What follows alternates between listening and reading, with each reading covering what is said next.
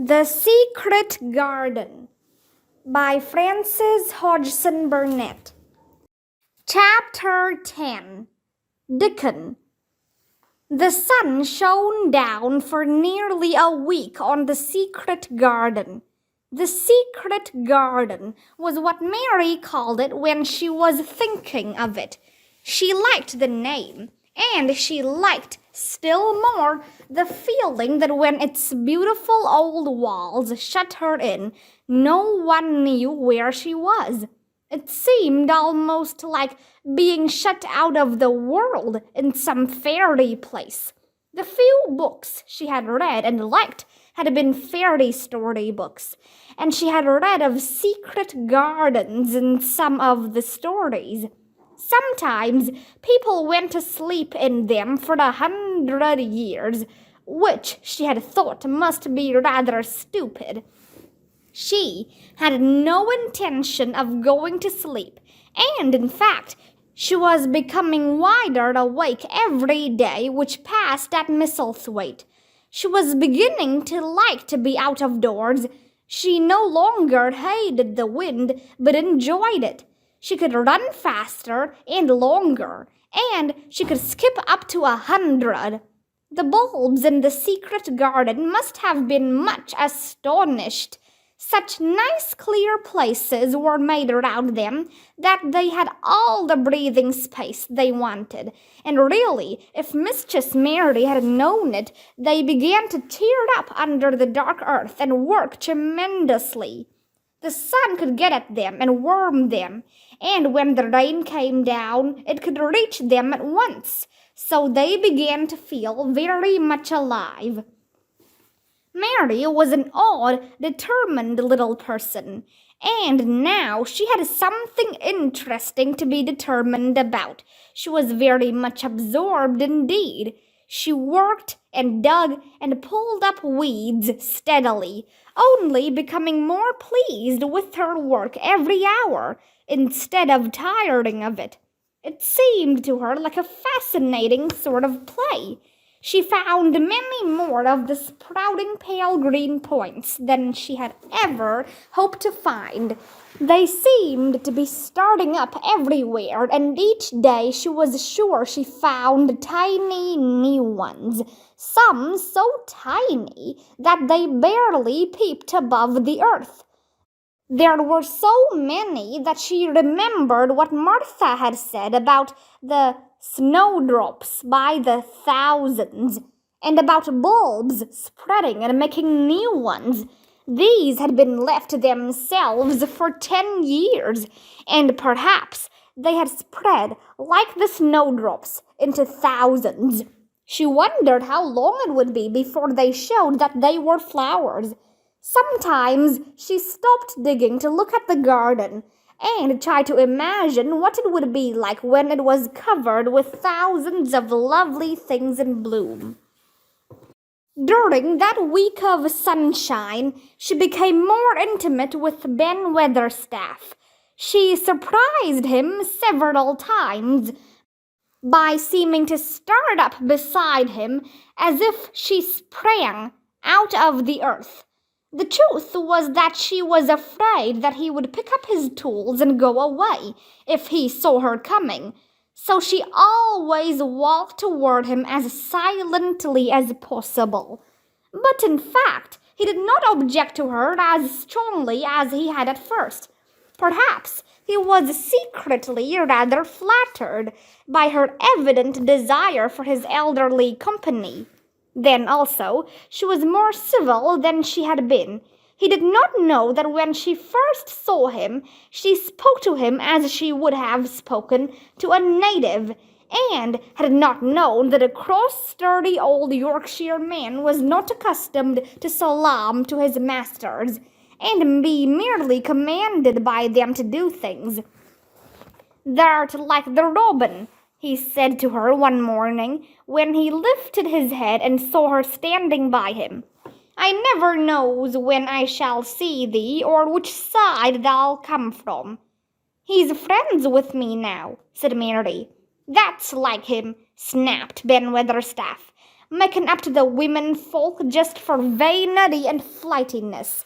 There's nothing he wouldn't do for the sake of showing off and flirting his tail feathers. He's as full of pride as an egg's full of meat. He very seldom talked much, and sometimes did not even answer Mary's questions except by a grunt. But this morning he said more than usual. He stood up and rested one hob-nailed boot on the top of his spade while he looked her over. "How long has thou been here?" he jerked out. "I think it's about a month," she answered. "Thou's beginning to do Misselthwaite credit," he said. "Thou's a bit fatter than thou was, and thou's not quite so yeller. Thou looked like a young plucked crow when thou first came into this garden. Thinks I to myself, I never set eyes on an uglier, sourer-faced young one." Mary was not vain, and as she had never thought much of her looks, she was not greatly disturbed. "I know I'm fatter," she said. "My stockings are getting tighter. They used to make wrinkles. There's the robin, Ben Weatherstaff." There indeed was the robin, and she thought he looked nicer than ever. His red waistcoat was as glossy as satin, and he flirted his wings and tail, and tilted his head, and hopped about with all sorts of lively graces. He seemed determined to make Ben Weatherstaff admire him. But Ben was sarcastic. "Aye, there thou'rt," he said. "Thou can put up with me for a bit sometimes when thou's got no one better. Thou's been reddening up thy waistcoat and polishing thy feathers this 2 weeks. I know what thou's up to. Thou's courting some bold young madam somewhere, telling thy lies to her about being the finest cock robin on Missel Moor, and ready to fight all the rest of 'em." "Oh, look at him!" exclaimed Mary. The robin was evidently in a fascinating, bold mood. He hopped closer and closer, and looked at Ben Weatherstaff more and more engagingly. He flew on to the nearest currant bush, and tilted his head, and sang a little song right at him. "Thou thinks thou'll get over me by doing that?" said Ben, wrinkling his face up in such a way that Mary felt sure he was trying not to look pleased. "Thou thinks no one can stand out against thee. That's what thou thinks." The robin spread his wings. Mary could scarcely believe her eyes. He flew right up to the handle of Ben Weatherstaff's spade, and alighted on the top of it. Then the old man's face wrinkled itself slowly into a new expression. He stood still, as if he were afraid to breathe, as if he would not have stirred for the world, lest his robin should start away. He spoke quite in a whisper. "Well, I'm damned," he said, as softly as if he were saying something quite different. "Thou does know how to get at a chap, thou does. Thou's fair unearthly, thou's so knowing." And he stood without stirring, almost without drawing his breath, until the robin gave another flirt to his wings and flew away. Then he stood looking at the handle of the spade, as if there might be magic in it, and then he began to dig again and said nothing for several minutes. But because he kept breaking into a slow grin now and then, Mary was not afraid to talk to him. "Have you a garden of your own?" she asked. "No. I'm a bachelor and lodge with Martin at the gate." "If you had one," said Mary, "what would you plant?"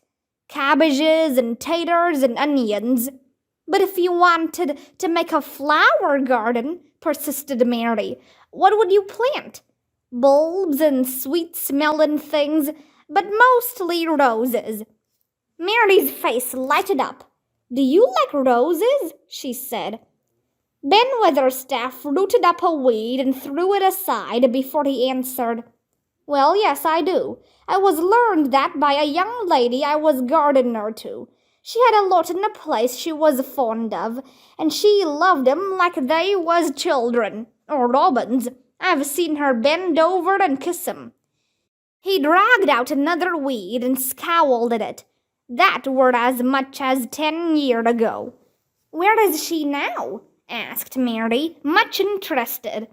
Heaven, he answered, and drove his spade deep into the soil.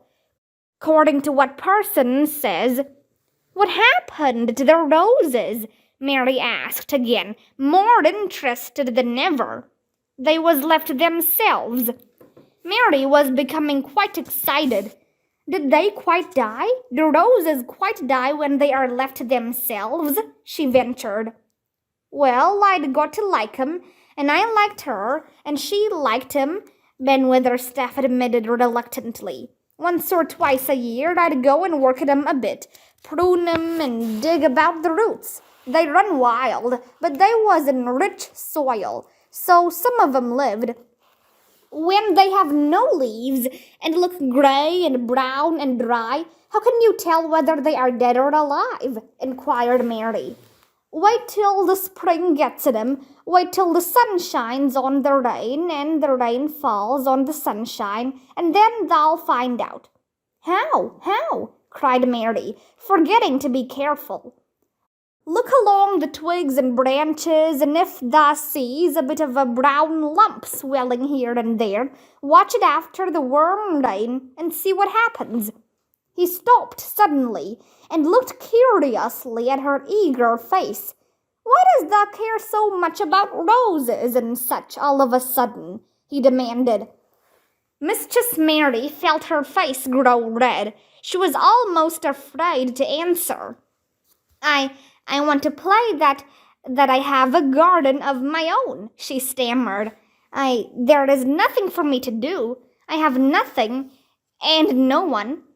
Well, said Ben Weatherstaff slowly, as he watched her, that's true. Thou hasn't. He said it in such an odd way that Mary wondered if he was actually a little sorry for her. She had never felt sorry for herself. She had only felt tired and cross because she disliked people and things so much. But now the world seemed to be changing and getting nicer. If no one found out about the secret garden, she should enjoy herself always. She stayed with him for 10 or 15 minutes longer and asked him as many questions as she dared. He answered every one of them in his queer grunting way, and he did not seem really cross, and did not pick up his spade and leave her. He said something about roses just as she was going away, and it reminded her of the ones he had said he had been fond of. Do you go and see those other roses now? She asked. Not been this year. My rheumatics has made me too stiff in the joints. He said it in his grumbling voice, and then quite suddenly he seemed to get angry with her, though she did not see why he should. Now look here, he said sharply, don't thou ask so many questions. Thou'rt the worst wench for asking questions I've ever come across. Get thee gone and play thee. I've done talking for today. And he said it so crossly that she knew there was not the least use in staying another minute. She went, skipping slowly down the outside walk, thinking him over, and saying to herself that, queer as it was, here was another person whom she liked, in spite of his crossness. She liked old Ben Weatherstaff. Yes, she did like him. She always wanted to try to make him talk to her. Also, she began to believe that he knew everything in the world about flowers. There was a laurel-hedged walk which curved around the secret garden and ended at a gate which opened into a wood in the park. She thought she would skip round this walk and look into the wood and see if there were any rabbits hopping about.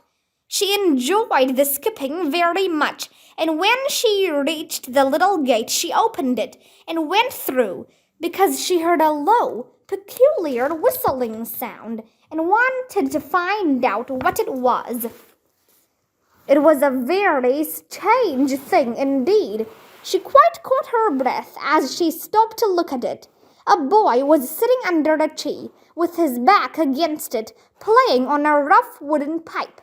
He was a funny-looking boy, about 12.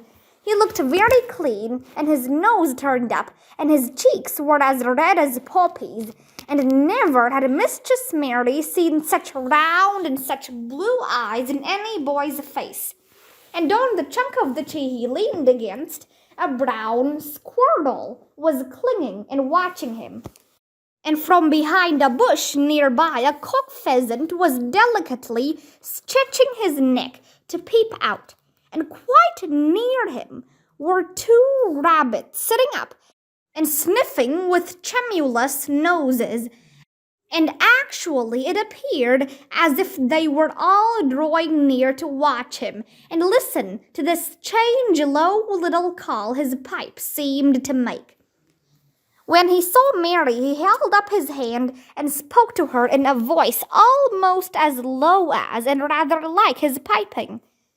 "Don't thou move," he said. "It'd flight 'em." Mary remained motionless. He stopped playing his pipe and began to rise from the ground. He moved so slowly that it scarcely seemed as though he were moving at all.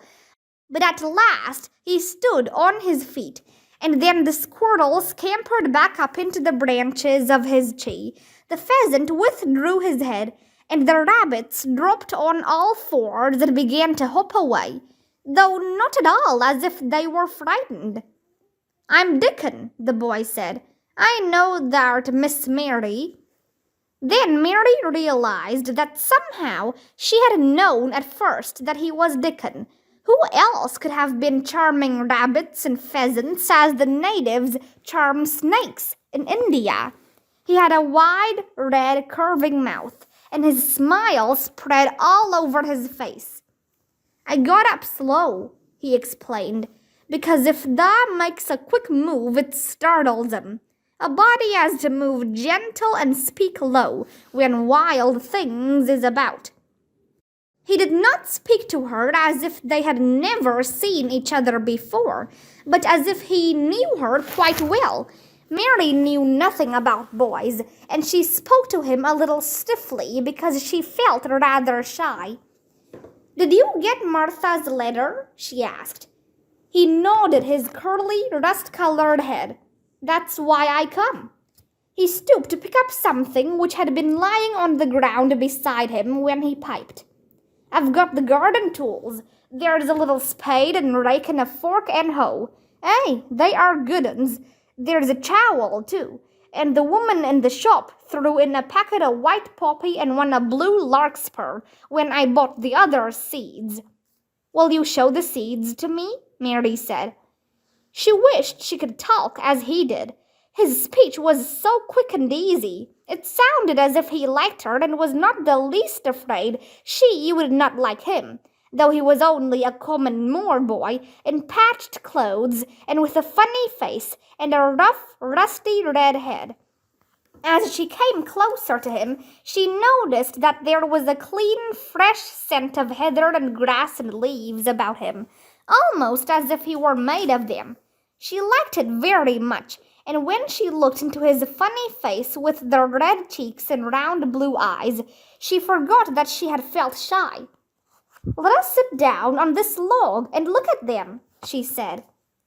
They sat down, and he took a clumsy little brown paper package out of his coat pocket. He untied the string, and inside there were ever so many neater and smaller packages with a picture of a flower on each one. "There's a lot of mignonette and poppies," he said. "Mignonette's the sweetest smelling thing as grows, and it'll grow wherever you cast it, same as poppies will. Them as'll come up and bloom if you just whistle to 'em, them's the nicest of all." He stopped and turned his head quickly, his poppy-cheeked face lighting up. "Where's that robin as is calling us?" he said. The chirp came from a thick holly bush, bright with scarlet berries, and Mary thought she knew whose it was. "Is it really calling us?" she asked. "Aye," said Dickon, as if it was the most natural thing in the world. "He's calling someone he's friends with. That's same as saying, 'Here I am, look at me. I wants a bit of a chat.' There he is in the bush. Whose is he?" "He's Ben Weatherstaff's, but I think he knows me a little," answered Mary. "Aye, he knows thee," said Dickon in his low voice again, "and he likes thee. He's took thee on. He'll tell me all about thee in a minute." He moved quite close to the bush with the slow movement Mary had noticed before, and then he made a sound almost like the robin's own twitter. The robin listened a few seconds intently, and then answered quite as if he were replying to a question. "Aye, he's a friend of yours," chuckled Dickon. "Do you think he is?" cried Mary eagerly. She did so want to know. "Do you think he really likes me?" "He wouldn't come near thee if he didn't," answered Dickon. "Birds is rare choosers, and a robin can flout a body worse than a man. See, he's making up to thee now. Cannot thou see a chap he's saying?" And it really seemed as if it must be true. He so sidled and twittered and tilted as he hopped on his bush. "Do you understand everything birds say?" said Mary. Dickon's grin spread until he seemed all wide, red, curving mouth, and he rubbed his rough head. "I think I do, and they think I do," he said. "I've lived on the moor with them so long. I've watched 'em break shell and come out and fledge and learn to fly and begin to sing, till I think I'm one of 'em. Sometimes I think p'raps I'm a bird, or a fox, or a rabbit, or a squirrel, or even a beetle, and I don't know it."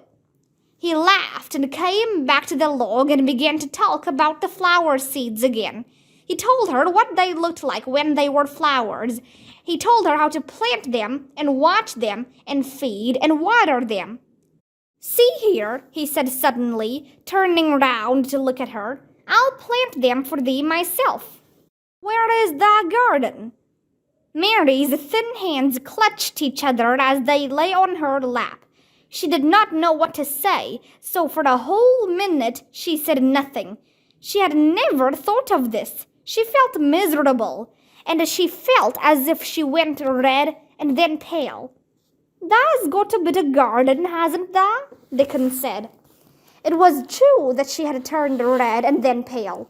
Dickon saw her do it, and as she still said nothing, he began to be puzzled. "Wouldn't they give thee a bit?" he asked. "Hasn't thou got any yet?" She held her hands even tighter and turned her eyes toward him. "I don't know anything about boys," she said slowly. "Could you keep a secret if I told you one? It's a great secret. I don't know what I should do if anyone found it out. I believe I should die." She said the last sentence quite fiercely. Dickon looked more puzzled than ever, and even rubbed his hand over his rough head again. But he answered quite good-humoredly. "I'm keeping secrets all the time," he said. "If I couldn't keep secrets from the other lads, secrets about foxes' cubs and birds' nests and wild things' holes, there'd be not safe on the moor. Aye, I can keep secrets." Mistress Mary did not mean to put out her hand and clutch his sleeve, but she did it.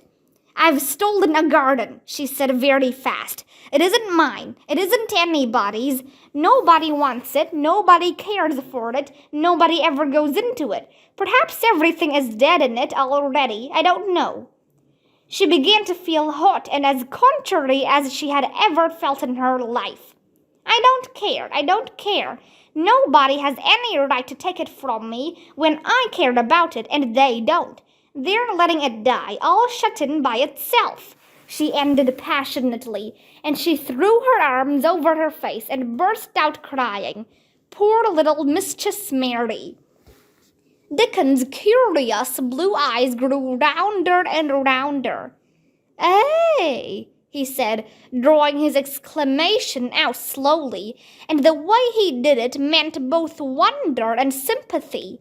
"I've nothing to do," said Mary. "Nothing belongs to me. I found it myself, and I got into it myself. I was only just like the robin, and they wouldn't take it from the robin." "Where is it?" asked Dickon in a dropped voice. Mistress Mary got up from the log at once. She knew she felt contrary again, and obstinate, and she did not care at all. She was imperious and Indian, and at the same time hot and sorrowful.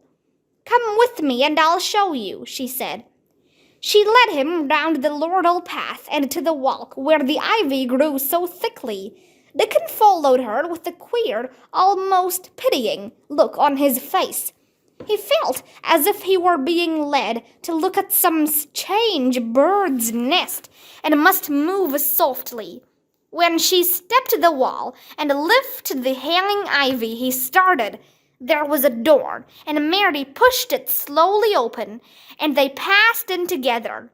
And then Mary stood and waved her hand round defiantly. "It's this," she said. "It's a secret garden, and I'm the only one in the world who wants it to be alive."